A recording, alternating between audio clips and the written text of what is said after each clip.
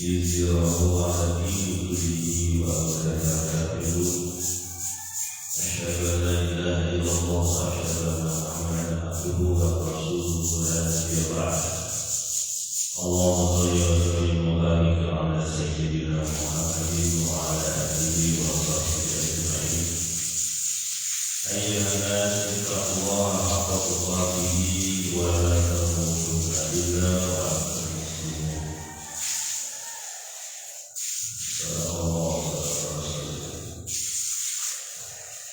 Alhamdulillah alamin wa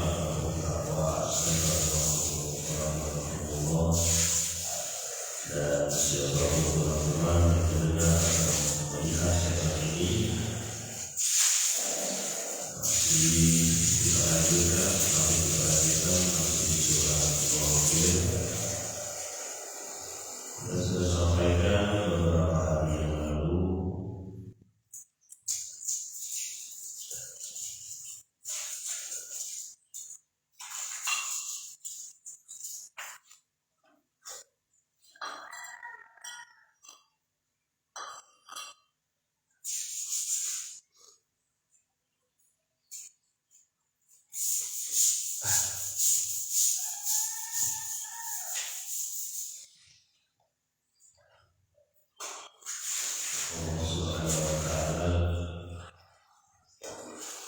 mengingatkan bahwa ada orang-orang yang terjerumus ke dalam dimasukkan ke dalam siksa neraka yang berusaha meminta-minta kepada Allah untuk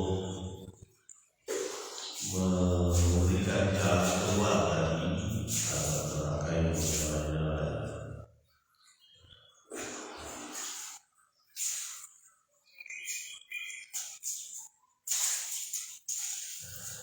Jadi mereka meminta dengan sangat kepada Allah untuk selamat dari adab tersebut, tapi itu permintaan yang sia-sia karena permintaan itu mestinya ada di dunia mereka lakukan di akhirat.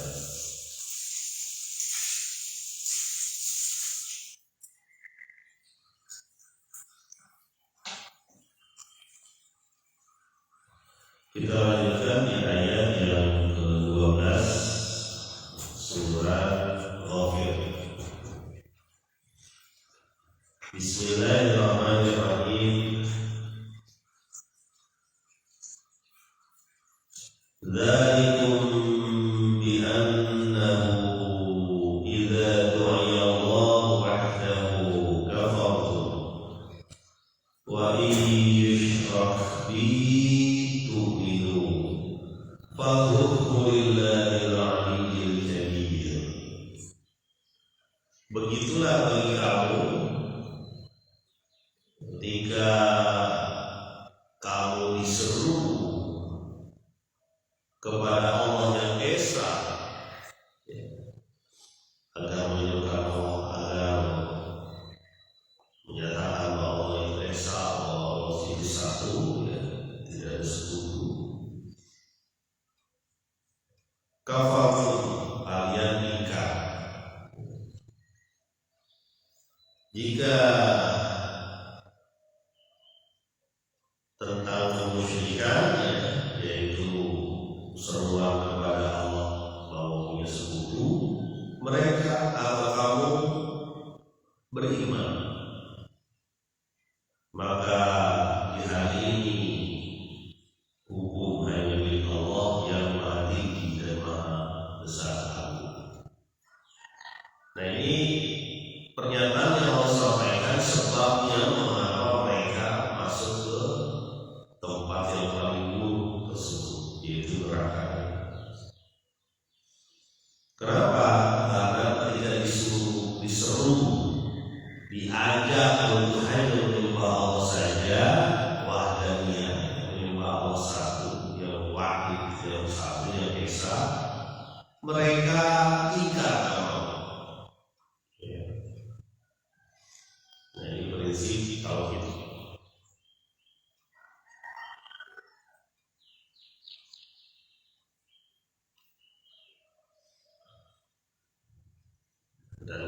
yang namanya prinsip tauhid itu sejak Nabi Adam, bukan hanya diserukan oleh Muhammad SAW. Makanya yang namanya Islam itu bukan pasti dibawakan oleh Nabi Muhammad, bukan, sejak awal penciptaan manusia. Karena Islam kan berasal dari kata silom, ya, atau salam, yaitu damai atau tunduk kepada siapa? Kepada Allah. Jadi bukan ada Nasrani, ada agamanya dan sebagainya. Agama Allah menciptakan adalah satu, inna dina indallahi Islam. Sesungguhnya din itu di sisi Allah adalah satu, Islam. Sisanya bukan din. Jadi disampaikan oleh Allah, kenapa Anda masuk ini? Gara-gara Anda ingkar ketika diserukan bahwa Allah itu ahad, Allah itu satu. Dan ketika diserukan ke kemusyrikan, mereka iman. Nah, ini kebalikannya mungkin kaum mukmin. Kalau kaum mukmin itu beriman kepada Allah yang satu. Ketika dia ada yang menyatakan bahwa Allah itu berbilang, atau punya sekutu, punya teman, kaum mukmin ini ingkar. Jadi kita harus paham. Kenapa kita harus paham? Karena ini adalah, kalau Anda melakukan kemusyrikan, itu dosa yang tidak diampunkan. Tidak ada pengampunan bagi kemusyrikan. Bentuk kemusyrikan seperti apa sih? Kemusyrikan itu menganggap Allah itu punya kawan, ya. Allah itu punya sekutu, ya. Di beberapa percayaan itu Tuhan itu banyak, bahkan Tuhan bertemu dengan iblis, bertemu dengan Tuhan lain, lalu ada Tuhan yang kalah dan sebagainya. Memang yang namanya yang paling banyak mempengaruhi orang untuk nombor-nombor idza jaa nasrullahi wal fath wa ra'aitan nasa yadkhuluna fi dinillahi afwaja, masuk dalam Islam, masuk dalam agama Allah rombongan, banyak orang yang mau masuk ke Islam itu karena apa? Karena tauhid, karena keesaan Allah itu yang paling utama. Secara akal manusia, ya, betapa hancurnya ketika Tuhan itu berbilang-bilang banyak. Ya, kalau di Tuhan siapa yang ngurus nanti, ya, kehidupan. Nah, bukan saya sih tetap menyembah Allah, iya, tapi dalam prakteknya Anda menyembah selain Allah. Anda menyembah berhala.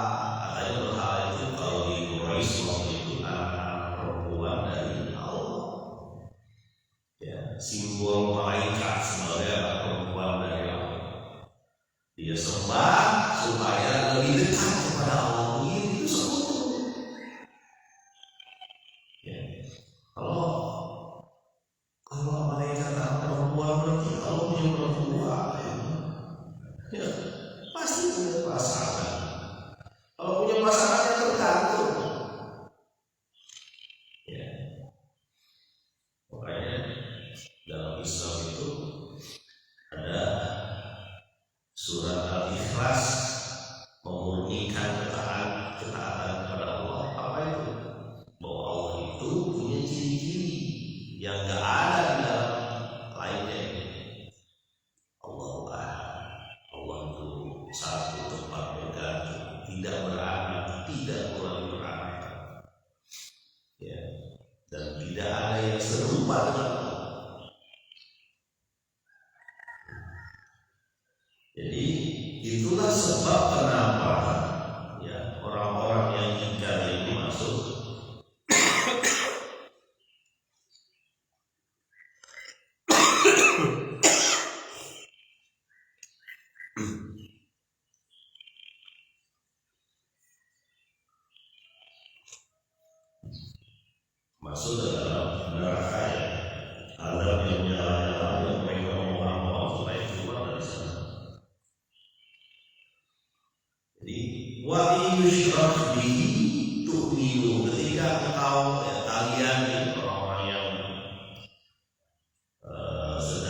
disiksa itu, ya, diingatkan, disampaikan kepada dia masuk situ. Ketika ada sebuah bentuk musyrik menyebutkan Allah, mereka beriman. Ya. Kita harus tahu ya antara musyrik dengan tauhid, sehingga kita bisa tahu bedanya. Kalau tahu bedanya kita tahu dan hati-hati. Ya, contoh. Kita yakin bahwa Allah mencipta kita, tapi kita tidak yakin bahwa Allah memberi rezeki kita.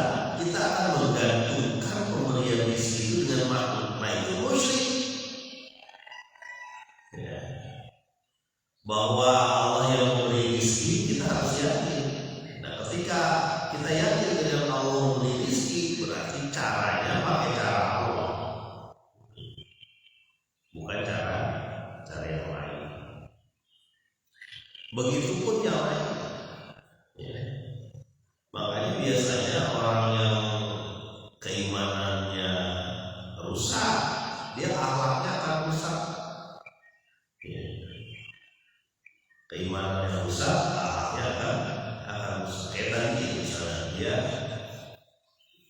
tidak percaya bahwa Allah memberikan rezeki. Kalau Allah percaya setengah-setengah, nah, dia pakai cara yang nggak benar, yang Allah nggak suka sih.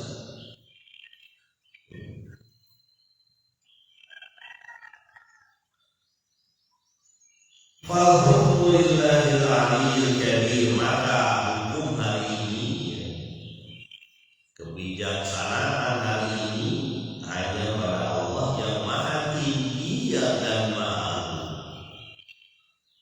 Dialah Allah yang maha tinggi dan seluruh makhluk sudah ada lagi. Pada saat itu, ya bukan cuma pada saat ini, sejak kita di sini segalanya Allah yang menguasai kita. Di situ maksudnya yang maha tinggi, tidak ada yang mengaku-ngaku ya. Firaun misalnya pada saat dia mengaku-ngaku bahwa dia adalah Tuhan, tidak ada apa-apa ya. Karena dia cuma sepotong darah dan daging saja, namanya manusia, dan nggak berdaya apapun. Ya. Allah yang maha tinggi, maha agung, maha besar, maha menguasai segalanya. Sekarang, ya, saat itu manusia tak bisa berbuat apa-apa, karena Allah yang berkuasa. Ya.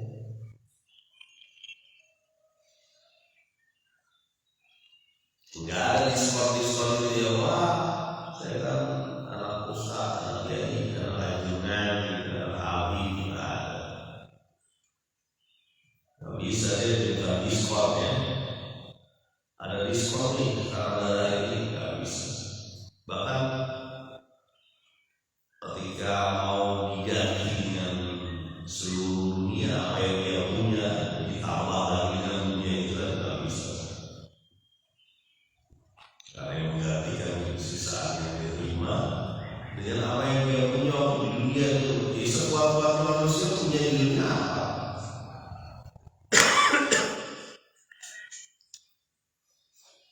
Ya. Ayat selanjutnya, ayat yang ke-13 surat Ghafir. Huwallazi yuriikum ayatihi wa yunazzilu lakum minas samaa'i rizqan wa ma yatadhakkaru illa man yunib. Dialah Allah yang memperlihatkan kepada kamu tanda-tanda kekuasaan dan menurunkan bagimu dari langit rezeki, dan tidaklah orang ingat kecuali orang-orang yang kembali kepada Allah. Nah, sekarang diingatkan lagi, ya, diingatkan kepada siapa? Kepada kaum mukmin bahwa hanya Allah lah yang menurunkan rezeki, hanya Allah lah yang memperlihatkan tanda-tanda kekuasaan supaya lihat kaum mukmin. Walladzi yuriikum ayatihi, ya Allah yang memperlihatkan ayat-ayat, baik yang besar ataupun yang kecil, baik matahari, bulan, hujan, guntur, kilat, ya, awan, ya, ataupun yang kecil sel, atom, ya, sel tumbuhan dan sel hewan beda-beda, ya. Pak, sel itu penjara ya Pak, itu namanya yang memang bentuknya kayak berkotak-kotak gitu. Kalau sel sesuatu yang hidup dia masih berfungsi di makhluk hidup yang kecil itu sel, dan sel itu ya nggak kelihatan bagi kita, tapi tubuh manusia itu terdiri dari miliaran triliunan sel. Sel akan bergabung menjadi jaringan, contohnya jaringan kulit, jaringan banyak macam jaringan. Kalau di tanaman itu jaringan epidermis, jaringan seperti itu ya. Lalu lama-lama ya dalam satu sistem membentuk organ, ya. Mata misalnya, mata itu terdiri dari banyak jaringan, ada jaringan cairannya juga, ya. Begitu telinga, lidah, itu namanya organ. Organ yang mempunyai arah yang sama membentuk sistem organ. Misalnya sistem pernapasan. Sistem pernapasan itu organnya ada hidung, ada tenggorokan, ada cabang tenggorokan, ada paru-paru, sistem pernapasan. Ada juga sistem peredaran darah, ada jantung, ada arteri masuk pembuluh darah. Begitu sistem saraf, ada otak, ada susuk tulang belakang, ada tulang belakang, susuk tulang belakang, ada sistem saraf sensoris. Parah, apa belum pernah ngajar di mana? Masih kan? Kadang-kadang masih bisa ya. Kalau saya bukan, jangan malu bukan. Jadi kembali lagi, itu Allah sudah terangkan ayat-ayat itu, baik yang besar ataupun yang kecil, baik wafil afaq ayat dan di ufuk, di bumi ini ada ayat, wafil anfusikum ayat, dan di tubuh kita ada ayat. Lidah aja itu mempunyai irah, mempunyai kuncup rasa, itu bisa merasakan ribuan jenis rasa lidahnya. Makanya selera kita bermacam, ya, ribuan jenis rasa ada di tubuh kita. Pada sebagian jawab ada yang mempunyai kedatangan penciuman yang lebih kuat, ya, termasuk penglihatan yang lebih kuat dibanding manusia. Itu ayat Allah. Kita ini bangun tidur ya. Bangun tidur itu waktu tidur kita tahu bahwa tubuh kita bekerja terus, ya. Tubuh membutuhkan istirahat, ya, supaya bisa refresh, kalau bahasa kita begitu ya, menyegarkan kembali tubuh kita, otak jadi disusun lagi, ibaratnya ngeberesin rumah. Itu di waktu tidur, dan kalau kita terjadi dengan tidak sadar, ya. Makanya disebut dengan kerja otopolos, beda dengan kerja otoklurik. Kalau otoklurik seperti ini, biceps dan triceps di tangan, kita pengen ngambil gelas, kita sadar memerintahkan, kalau kita ngomong, tapi otak itu memerintahkan untuk mencari minum ketika haus, tangan diminta. Tapi nafas, otak bekerja, jantung bekerja, hati bekerja, usus menyerapnya bekerja, itu nggak kita sadar, ya. Nggak ada yang kita sadar. Itu adalah ayat. Sampai detak jantung kita perintah gimana perintah tak jantung. nafas ketika kita lagi tidur gitu. Bahkan ketika lagi ngobrol begini, terjadi begitu saja nafas. Kalau kita gerakan bisa juga, gitu ya. Tapi itu adalah ayat-ayat, termasuk yang kecil-kecil tadi kayak sel hewan, sel tumbuhan, bedanya. Di situ ada pabrik, makanya sel itu biasanya disebut pabrik. Sel yang paling gampang lihat itu telur, mirip seperti itulah telur itu sel. Ya ada kuningnya, ada intinya gitu ya. Kemudian ada putihnya, dan putihnya itu dilindungi oleh yang lebih keras. Ya. Seperti itulah sel. Jadi Allah sudah mengirimkan tanda-tanda ini. Dan tidak pernah terjadi seumur hidup kita matahari terbit dari utara gitu. Belah kelor, lor ya, atau wetan.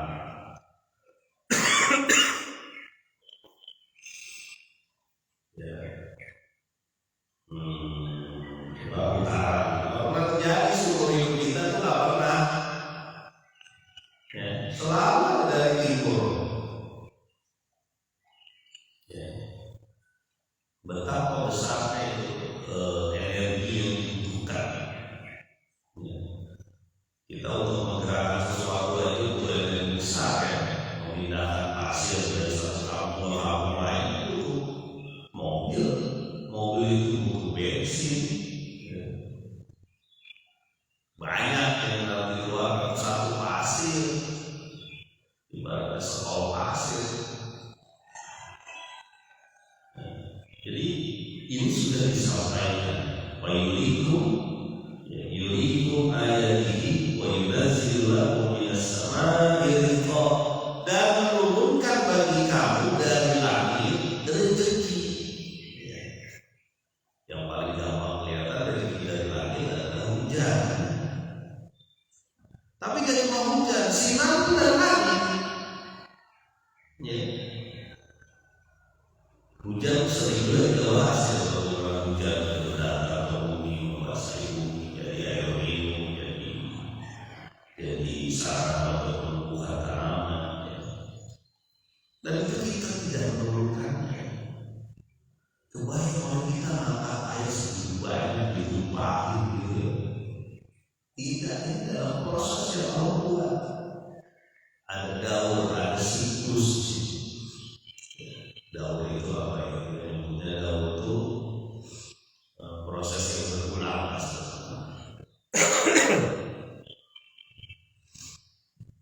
Ya, hujan.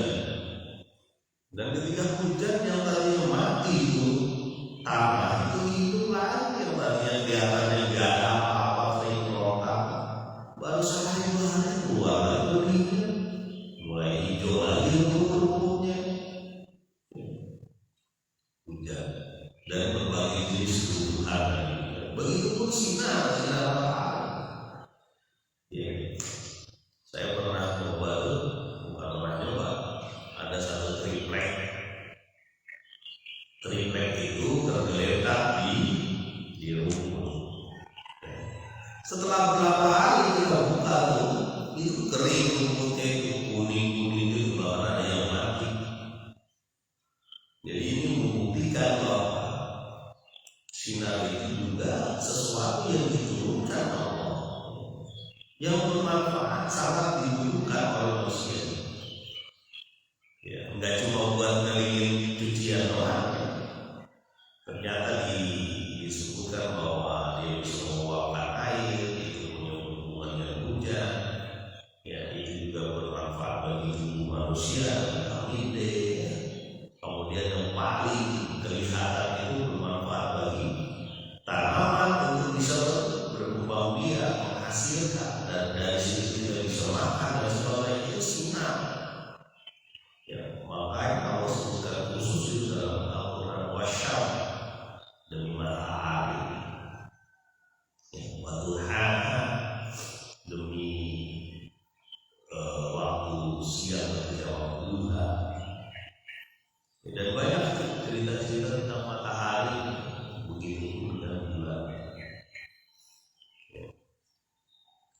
Dan selanjutnya adalah bukan cuma itu, bisa saja Allah memberikan rezeki, menurunkan rezeki berupa apa? Berupa risalah ini, ya, berupa kebaikan dari Allah untuk menuntun manusia dalam hal, ya, menurunkan nabi, ya, mengutus nabi, membimbing manusia, mengarahkannya. Anda salah, Anda benar, ini haram, ini halal, ini boleh, ini tidak boleh, ini silakan dianjurkan, ini tidak dianjurkan, ada haram, halal, ada makruh, ada sunnah. Kalau dari sisi fikih, begitupun dalam pergaulan, ada yang boleh, ada yang nggak boleh. Anda tidak boleh nikah dengan ponakan Anda, nggak sembarangan menikah dengan mana-mana, tak boleh menikah dengan seperti itu. Begitupun untuk mencari rezeki ada hal tertentu yang harus dijaga, jangan ambil hak orang lain. Ya, ini kan datang dari Allah Subhanahu Wa Taala berupa risalah, berupa wahyu. Ya, dan itu dipraktekkan oleh Rasulullah SAW. Ini kan rezeki dari Allah. Jadi yang namanya rezeki, ya, ini saya sampaikan. Kita datang ke masjid, kita datang ke mushola, ya. Kita mendapat mencari rezeki yang halal, kita mendapatkan pasangan suami istri yang tidak ada, ya, misalnya suami dan istrinya yang sama-sama baik, itu rezeki. Kita punya kesehatan, rezeki, punya kawan, punya tetangga, itu rezeki. Ya, bisa datang ke masjid itu rezeki. Bisa sholat, bisa menunaikan ibadah, bisa bersedekah walaupun sedikit-sedikit, ya, tergantung dananya ada atau tidak, itu bagian dari kesayangan atau kecintaan Allah. Jadi kadang-kadang kita menganggap ya, udah sholat sekian lama, bahkan pakai tahajud, ada puasa bertahun-tahun, caranya tetap aja kehidupan saya nggak berubah, ya, nggak dapat seperti yang orang-orang. Dia lupa bahwa dia bertahun-tahun sholat itu rezeki buat dia. Bertahun-tahun dia puasa itu, bertahun-tahun dia berdoa, itu rezeki buat dia. Ya. Makanya Allah menyebutkan kalau yuridullahu khairan yufaqihu fid-din. Ketika Allah menghendaki kebaikan pada seseorang, dia akan memahamkannya agama barunya. Berarti dia mudah menjalankannya. Itu rezeki loh. Kadang-kadang kita berpikir nggak ada duit, berarti kita mau punya rezeki. Bukan, sehat aja rezeki. Ya, ada kawan yang menanyakan kabar kita saja, itu rezeki loh. Gimana kabarnya? Udah lama sih kabar baik. Itu rezeki, masih ada yang mau negur kita, itu rezeki. Makanya supaya kita banyak pahala, itu sering-sering aja menegur orang. Salah satunya itu boleh kan? Ditegur kan boleh, negur gitu, nyapa maksudnya. Ya, kan? Ketika orang ketemu kita, terus orang itu tersenyum, itu rezeki kan? Rezeki. Coba kalau orang itu cemberut sama kita, mukanya asem gitu, kayak ape gitu ya, asem sampai bagian yang manis. Udah asem, mukanya jutek, ini juga sampai beli. Beda dengan orang yang datang ketemu cuma sering-sering senyum gitu, gimana kabarnya sambil itu juga gitu.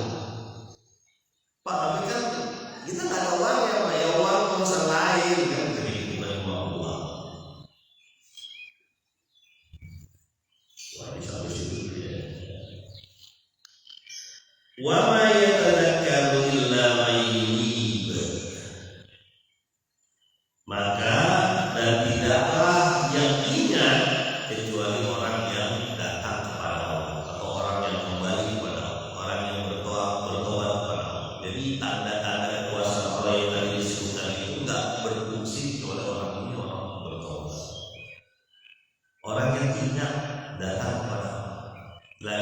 jadi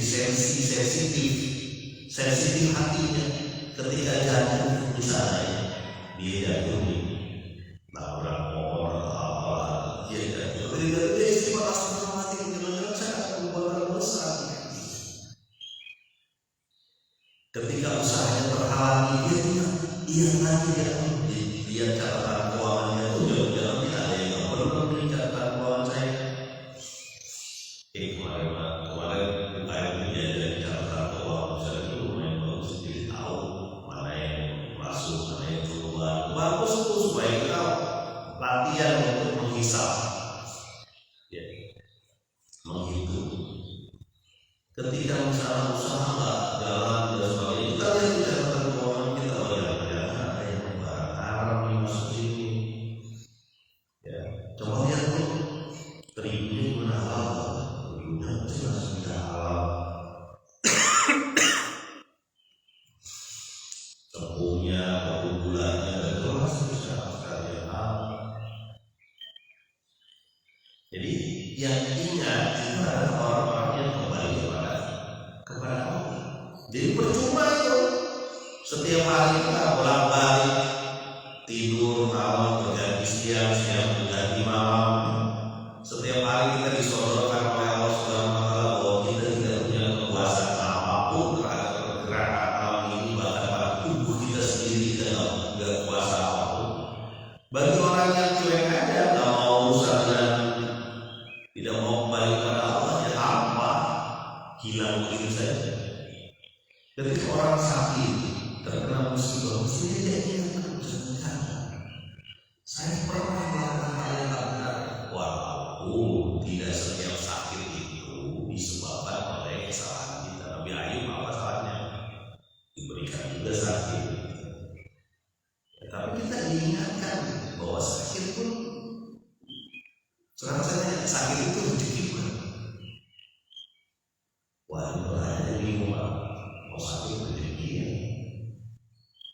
Sakit itu ibadah bukan? Kayaknya bukan. Lah, kalau bukan ibadah berarti maksiat ya. Sakit itu bisa berarti ujian, bisa berarti nikmat. Dengan sakit kita diingat kepada Allah. Dengan sakit kehidupan kita jadi mulai tertata lagi. Kenapa? Karena kita yakin bahwa ada Allah yang menguasai hidup kita, lalu kita minta sama Allah. Udhuni astajib lakum. Berdoalah engkau kepadamu, aku akan kabulkan. Jadi ingat lagi ya, ketika sakit itu kan yang ada zikir, ya kan? Kalau sakit dulu ya rugi, dikasih sakit dulu. Dikasih sakit intinya zikir. Itu pun jadi rezeki buat kita. Ya, yang tadi kita beri banyak urusan dengan sakit, akhirnya kita berzikir ya kepada Allah, baca Al-Quran dan sebagainya.